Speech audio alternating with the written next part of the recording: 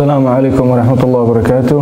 Alhamdulillahi rabbil alamin. Allahumma salli wa sallim ala sayyidil anbiya wal mursalin sayyidina maulana Muhammad sallallahu alaihi wa ala alihi tahirin wa ashabihi mayamin wa man tabi'ahum bi ihsanin ila yaumiddin. Fallahumma ij'alna minal lahiqin waftahna ya mu'in. Amma ba'd, ikhwani dimuliakan Allah Subhanahu wa taala. Kita masih di dalam Tarikhul Hawadits dan kita telah sampai kepada materi atau pelajaran tahun pertama Hijriyah baginda Nabi Muhammad sallallahu alaihi wasallam. Jadi ini menerangkan di awal tahun Hijriyah itu apa saja yang terjadi.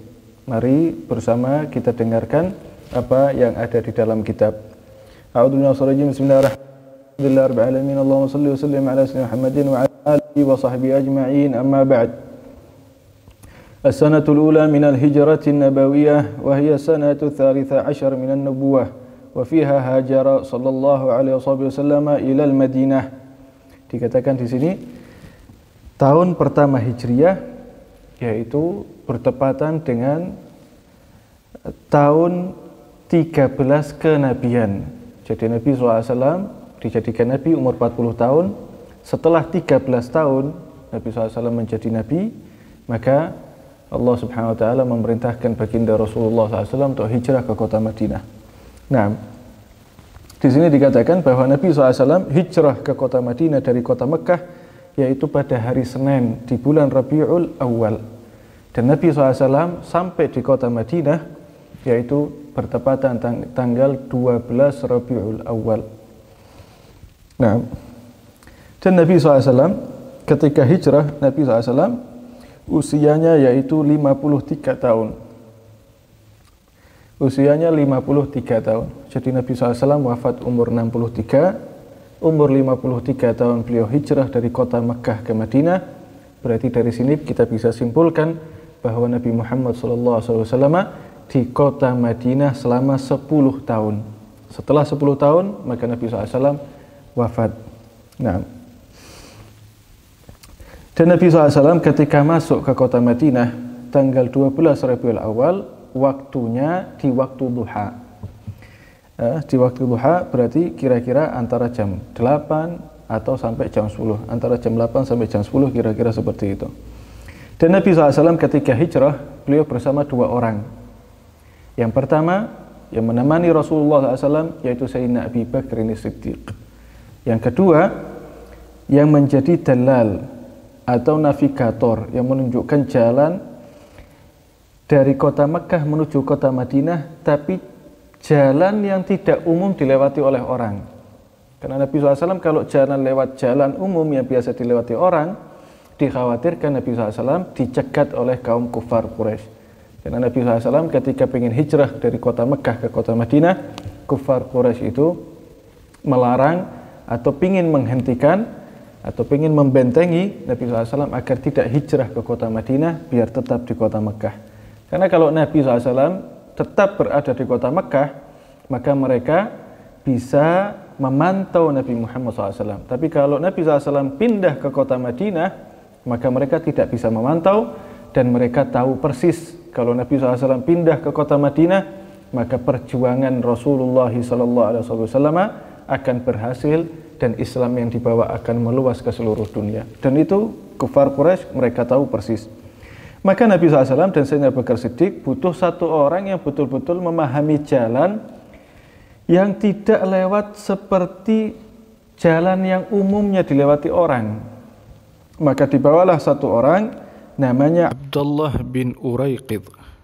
Abdullah bin Uraiqid ini yang menjadi dalil atau dalal atau navigator perjalanan baginda agung Nabi Muhammad SAW bersama Sayyidina Abu Bakar untuk melaksanakan hijrah dari kota Mekah ke Madinah. Nah, lalu Nabi SAW dalam perjalanan dan sampai ke kota Madinah, Nabi SAW banyak yang menawarkan rumah. Semua kaum Ansar menawarkan rumah mereka untuk Nabi SAW. Maka Nabi SAW tidak memilih rumah salah satu sahabat dari kaum Ansar, namun Nabi SAW memberikan ide Kita lihat ontaku ini berhentinya di mana. Biarkan ontaku ini berjalan, lalu kalau ontaku berhenti di salah satu rumah di antara kalian, maka aku akan memilih rumah tersebut. Artinya seakan-akan Nabi SAW mengatakan yang milih bukan aku tapi ontaku. Sehingga kalau onta yang memilih, maka tidak mengecewakan perasaan yang lain. Itulah kearifan, kebijaksanaan Nabi SAW.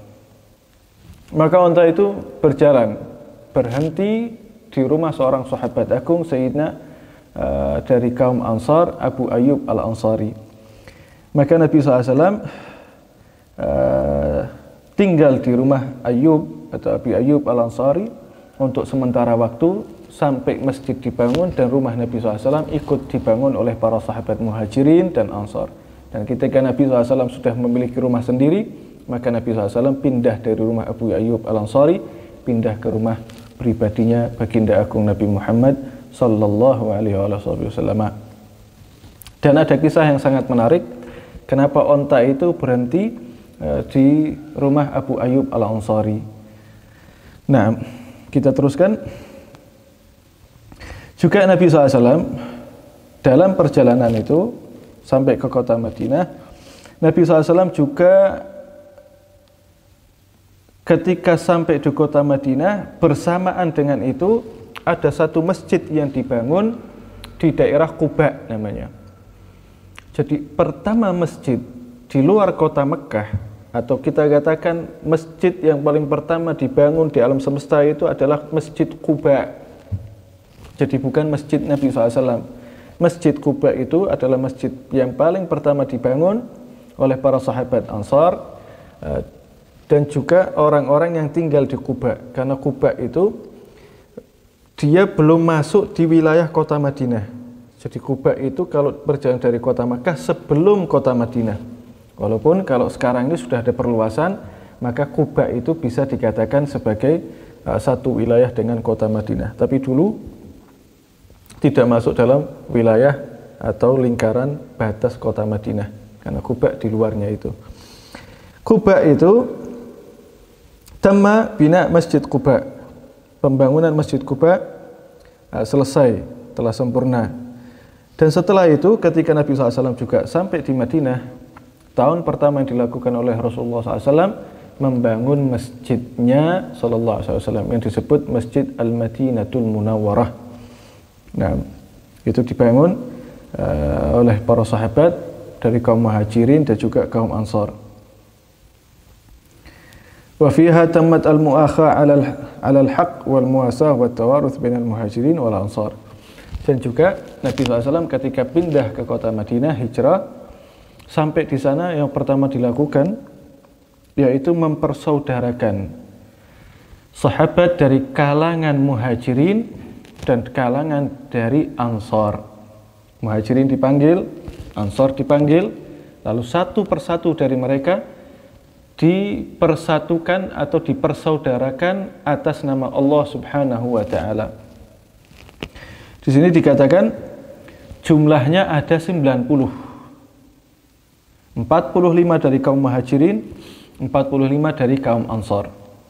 Ada riwayat lagi mengatakan tidak, jumlah total yang dipersatukan oleh Nabi SAW menjadi saudara atau dipersaudarakan oleh Nabi, jumlahnya ada 100. 50 dari Muhajirin, 50 dari Ansar. Nah, dan itu ketika dipersaudarakan oleh Nabi atas nama Allah Subhanahu wa taala, persaudaraan itu menjadi seperti persaudaraan genetik atau persaudaraan rahim. Sehingga salah satu dari mereka kalau ada yang meninggal, maka saudaranya itu yang disaudarakan oleh Nabi mendapatkan warisan.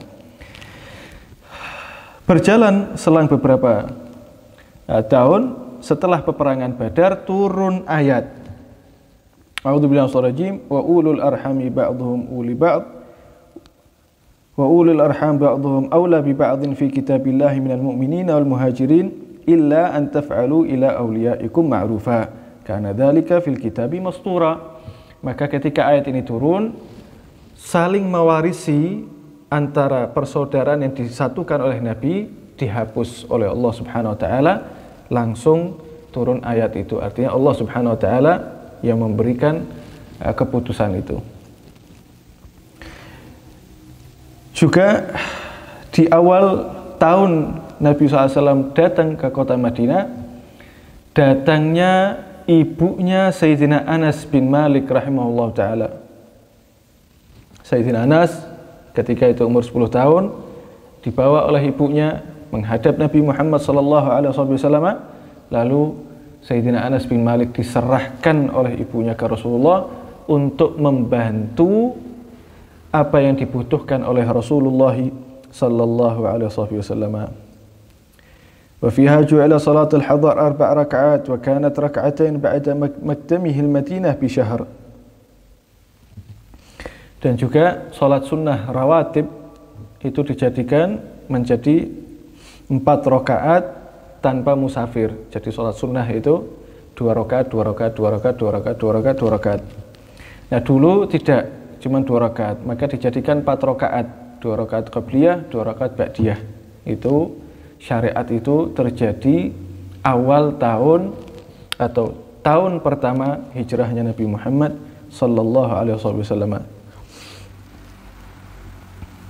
Nah, wa fiha shalla al-jum'ah bi Bani Salim fi tariqihi min Quba ila al-Madinah. Nabi sallallahu alaihi wasallam ketika perjalanan dari kota Mekah menuju Madinah lewat Quba. Ketika sampai Quba berhenti istirahat, dari Quba melanjutkan perjalanan lagi. Dalam perjalanan dari Quba ke Madinah, Nabi SAW sempat berhenti di satu tempat atau satu kabilah namanya Bani Salim. Maka Nabi SAW berhenti di sana, di Bani Salim, di saat hari Jumat. Maka Nabi SAW melakukan Jumat di sana dan khutbah Jumat di sana. Maka dikatakan ini awwalu khutbatin lin Nabi SAW atau awwalu khutbah fil Islam. Pertama ada khutbah di dalam Islam, yaitu dikumandangkan, dikhutbahkan oleh Rasulullah SAW. Dan kejadiannya itu atau tempatnya itu di Bani Salim, perjalanan dari Quba menuju kota Madinah. Nah, wahya awal Jum'ah, awal khutbah, khatabah fil Islam. Dan juga dikatakan Jumat paling pertama. Jadi sholat Jumat paling pertama dan khutbahnya Nabi paling pertama di Bani Salim. Jadi bukan di kota Madinah justru, tapi malah di Bani Salim, yaitu antara Quba sama Madinah. Bani Salim ada di tengah-tengah. Nah, di awal tahun hijrahnya Nabi SAW, wa fiha bada al-adhan, juga adzan pertama dikumandangkan di awal tahun hijrahnya Rasulullah SAW. Wa fiha aslama Abdullah bin Salam, juga ada tokoh namanya Abdullah bin Salam masuk Islam di awal tahunnya hijrahnya Nabi SAW. Wa fiha matan naqiban As'ad bin Zurarah wal Barra bin Ma'rur, juga ada 2 pemimpin besar, satu namanya As'ad bin Zurarah, yang kedua Al-Barra bin Ma'rur. Itu keduanya meninggal di awal tahun hijrahnya Nabi SAW. Wa fiha ba'atha sallallahu alaihi wasallam sariyatan min 30 rajulan minal muhajirin wa amara alaihim ammuhu Hamzah radhiyallahu anhu wa aqada lahu liwa bi nafsihi. Nah, maka Nabi SAW di awal tahun hijrahnya Nabi SAW juga Nabi memerintahkan pasukan untuk menghadang atau melawan orang-orang yang ingin memerangi Islam. Jumlahnya ada 30 laki-laki. Jadi ini perang kecil, bukan perang besar. Ini namanya sariyah, bukan ghazwah. Jadi kalau ghazwah sama sariyah itu beda. Kalau sariyah, peperangan yang tidak dihadiri oleh Rasulullah SAW. Kalau ghazwah, peperangan yang dihadiri oleh Rasulullah SAW.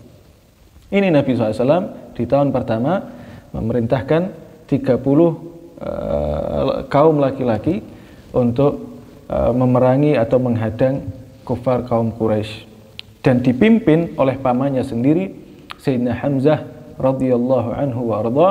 Dan Nabi SAW juga yang membawa bendera peperangan itu sendiri, lalu diikatkan oleh Rasulullah SAW, lalu diserahkan kepada Sayyidina Hamzah, pamannya Nabi Muhammad sallallahu alaihi wasallam. Wa dzalika fi syahri Ramadan, dan kejadian itu di bulan Ramadan. Wa kana liwa'an abyadha tur'iran li Quraisy.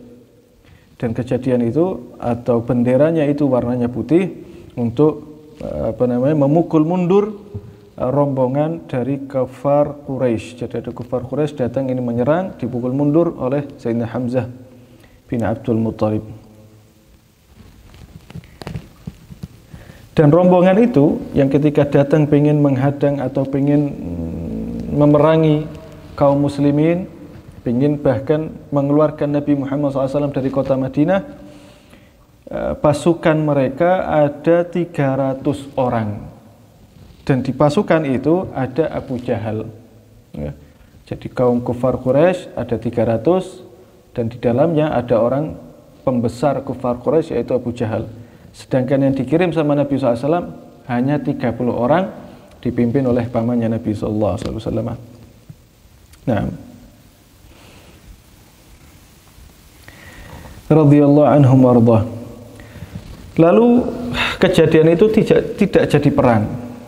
Ketika Sayyidina Hamzah datang, kaum kufar Quraisy datang ingin menyerang kota Madinah, Sayyidina Hamzah dengan 30 pasukan itu datang, tidak terjadi peperangan, ya. Yang tadinya mau ada peperangan maka tidak terjadi. Wa fiha ba'atha ibn ammi Ubaidah bin al-Harith radhiyallahu anhu ila batni Rabigh fi Syawal fi 60 atau 80 rajulan minal muhajirin safihim ansar. Nah, Nabi SAW juga memerintahkan sepupunya, putra pamannya. Jadi Nabi SAW punya paman namanya Al-Harith. Al-Harith ini punya putra namanya Ubaidah. Ubaidah masuk Islam. Nabi SAW memerintahkan Ubaidah bin Al-Harith memimpin di bulan Syawal. Dan pasukannya kira-kira ada 60 atau 80 orang dari kaum muhajirin, tidak ada kaum ansar, semuanya dari kaum muhajirin. Dan ini dikatakan oleh para ulama bahwa awwalu ba'atsin fil Islam, itu adalah rombongan yang paling pertama diperintahkan oleh Nabi SAW untuk keluar. Wa rama fiha Sa'ad bin Abi Waqqas bisahmin fakana awwalu sahmin rumiya fil Islam. Jadi ketika peperangan itu ada pasukan pemanah. Nah, pasukan pemanah itu ulama juga mencatat sejarah ini. Siapa yang paling pertama memanah? Maka dikatakan orang yang paling pertama memanah yaitu sahabat namanya Sayyidina Sa'ad bin Abi Waqqas. Sayyidina Sa'ad bin Abi Waqqas adalah orang yang paling pertama memanah di dalam agama Islam.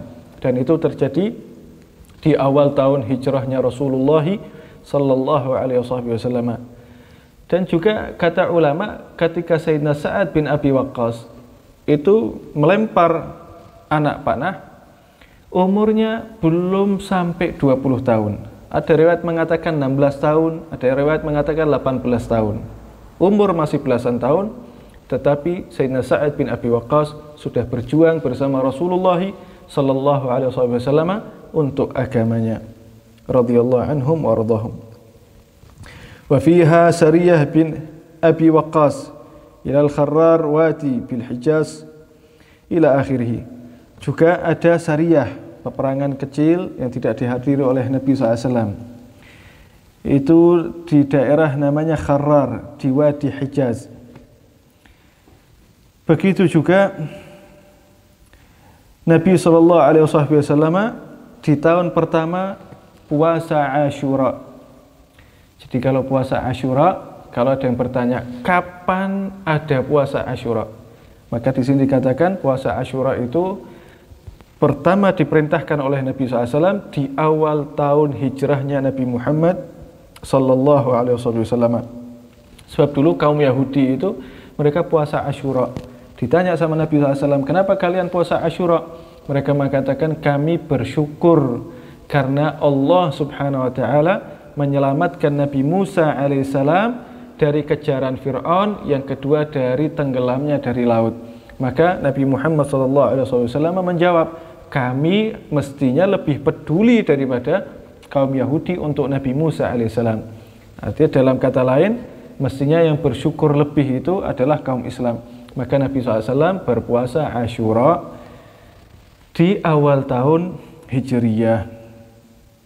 Juga di awal tahun Hijriyah, sini katakan wa fiha mata min sanatitil musyrikin min Quraisy Al-As ibn Wa'il As-Sahmi wal Walid bin Al-Mughirah.